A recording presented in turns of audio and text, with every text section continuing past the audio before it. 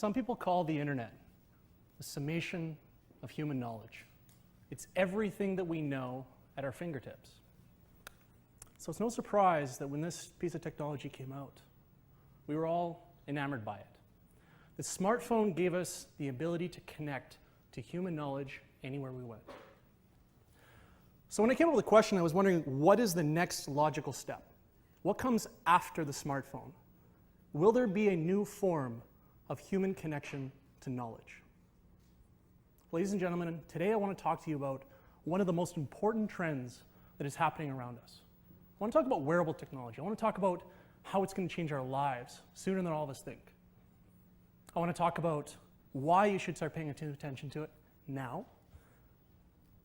The reason is when Vanderco started putting together the world's largest database on this particular subject, we never thought we'd uncover data that supports Kurzweil's theory on singularity. We never thought we'd find data that shows an explosion in innovation. We never thought that we would find that we were amongst a new paradigm shift for what and how we learn from each other.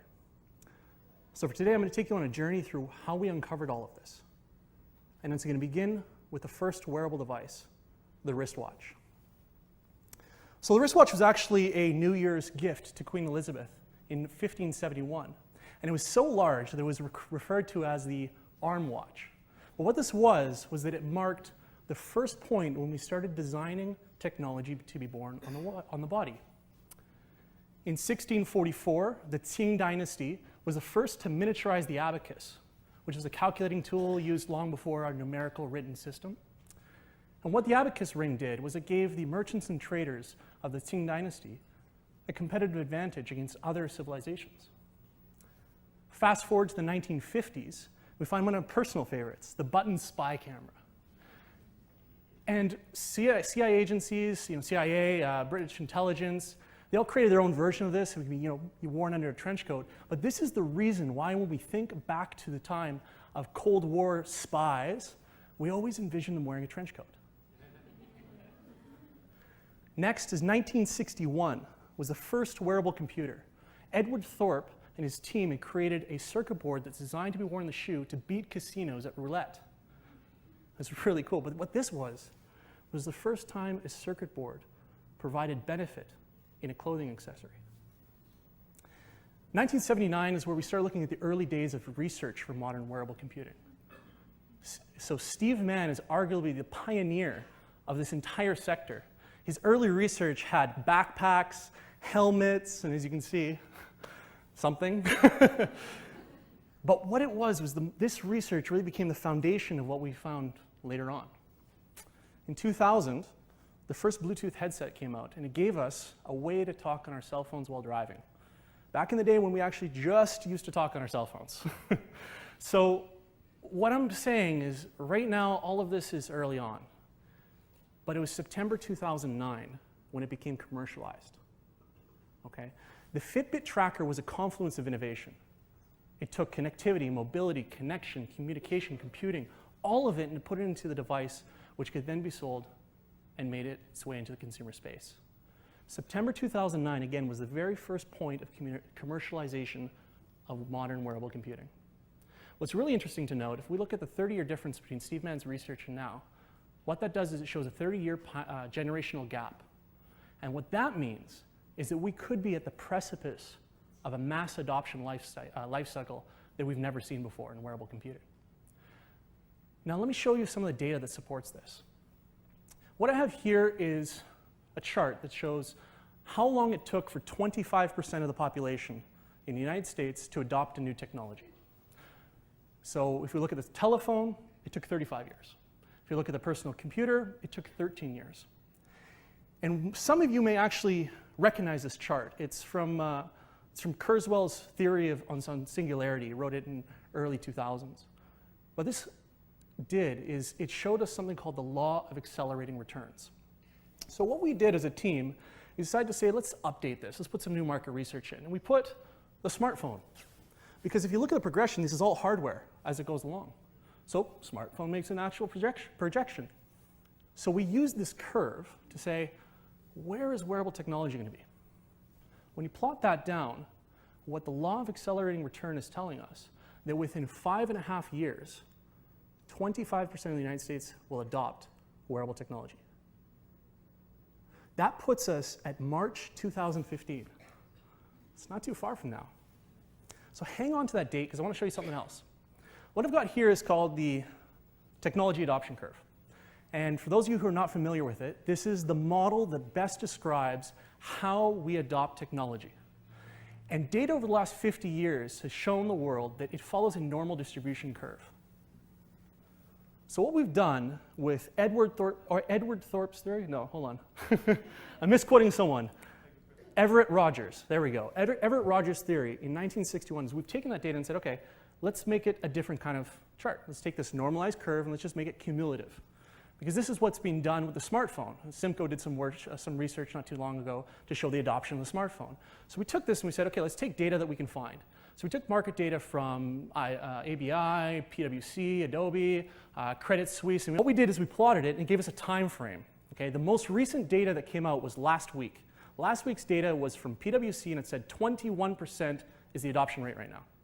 When we put it on the curve, it shows us that February 2015 should be the date when we reach 25%. When you compare that to the March 2015, it's only 1 month off. So we have data that can show us that within 2 years, half of the population of the United States will adopt wearable technology. I know it's hard to understand from a curve what is actually going to happen and what's the impact of that. So what we did is we took all of the data in our database and we took a visualization. We took 9.6 million pieces of data to create comparisons, and we put those comparisons against each other to show relationships amongst devices. And then what we have here is on the left-hand side, the devices that are starting to show relationships. On the right-hand side, we have the speed at which it's coming out. And as you can see over time, these relationships are forming. And what's showing is that we are in the fastest adoption and the fastest innovation of history, of any technology. Now, Apple, Microsoft, Samsung, they've all just started to enter the space. So can you imagine what's going to happen next? I mean, I talked about what it is, but just the innovation, the number of devices that have come out and the way this is forming and the relationships, it's all happening. Can you imagine where it's going to go? Well, I can. And here's why. It all begins with this graph and understanding what is in this graph. There's 3 main components. The first one is activity monitors. Activity monitors are devices that quantify the human body. Next is head-mounted displays. And head-mounted displays are computers on our heads. Now, I know computers on our heads sounds a bit crazy right now, but it's actually quite valuable in the workplace. You have deskless workers who are always using their hands, who need access to information. If you can send it to them, that's very valuable. This makes it safer and more productive. Lastly, we have smartwatches. Smartwatches are, for all intents and purposes, a cell phone in your watch. But they provide the benefits of an activity monitor by creating quantification and analytics. But they also create the benefits of head-mounted displays by creating information flow. So what I'm going to show you next is why, when you uncover and go deeper into all of those, you can actually extrapolate where we're going to move forward. So this is the Gartner hype cycle. And for those of you who are not familiar with it, essentially it's visibility and maturity. How visible a particular technology is, and then how mature a technology is. So as a technology first come out, everyone gets really excited, expectations go whoop up to the roof, and the peak of inflated expectations. Enterprises enter, they make some bets. Technology doesn't turn out to be everything it's cracked up to be, but the companies that get value continue to invest, and as their successes spread, it rises into the plateau of productivity. So when we took the relationships in those 3 main points, we dived even deeper. We were able to plot all of the main relationships in wearable technology and where they are, where they're going to be, what point they're at in terms of visibility and maturity. Now, it's impossible for me in the next 8 minutes to go through everything. So what I'm going to do for you now is I'm going to talk about only 2 things. The only 2 things are quite simple. How is wearable technology going to affect our enterprise life and our workplace? And how wearable technology is going to affect our healthcare system and the medical industry? So let's take a look really quickly here at the 2 differences. So this is the enterprise. Any aspect of this is relevant to enterprise. And this is medical. The first thing we note is that enterprise is further along the curve. They're just about to enter into the adoption lifecycle for enterprise. Now, the first 4 points all have to do with pushing information to a user.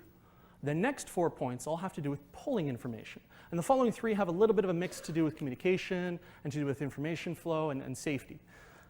So what's really important to understand is I can make an assumption that the majority of you in this audience all have had their phone buzz in their pocket or their purse today. Now, unless you opened up your phone and you checked into that, you have no idea whether or not that was a text message, an email, Facebook, or some of you may be using Tinder. The point is, you have no idea how relevant that was or how important that was. What's happening is that enterprises has a unique opportunity to connect their existing safety systems and their existing enterprise analytics systems directly to mobile workers. And they can do that in a hands-free way. They can easily glance, understand how important that is. So what this is going to do is it's going to shift the way we do product management, or project management, shift the way we do tasks, shift safety, shift all of this to the point where we can actually connect all of the millions and millions we've been investing in analytics and create actionable data, things that can happen in real time. The next is the medical field. The medical field's a bit earlier on, right? What I'm going to talk about is mainly around activity monitors. So what we see is there's a new rise of new sensors that are going to create medically relevant sensor data, medically relevant devices. This is different than it was before because instead of just doing running and heart rate and sleep and calories, we're talking cholesterol, we're talking glucose, we're talking things that you would get at a checkup when you go to the doctor. Now, what this is really fundamentally important to understand is that within the next 5 to 10 years, this could solve our medical crisis. Make no mistake, we have a problem coming. The baby boomer generation is an average of 59 years old. As they near retirement, as they get older, they're going to enter the high-risk area. And as they enter the high-risk area, can you imagine what happens when 20% of the population has to go to the doctor every month? We have a serious problem coming. So what medically relevant wearable devices will do is allow us to make more efficiency in data collection. Instead of you going to make an appointment, your doctor will say, I see something wrong with you, come to me. Imagine the data that the entire world is going to have for medical research. Skip out the whole lab process. Throw computer power and supercomputers at this. We are going to learn so much about the body that we have never known before. So what I want to summarize is that really the 2 points that I talked to is just the beginning. We've already uncovered hundreds of use cases with the people we work with. And without getting to any of those, you can start to see where wearable technology is going to make a huge, huge difference and impact. So before I leave, I want to have you think about one simple last thought. The seismology lab at UC Berkeley is currently working on an early earthquake warning detection system.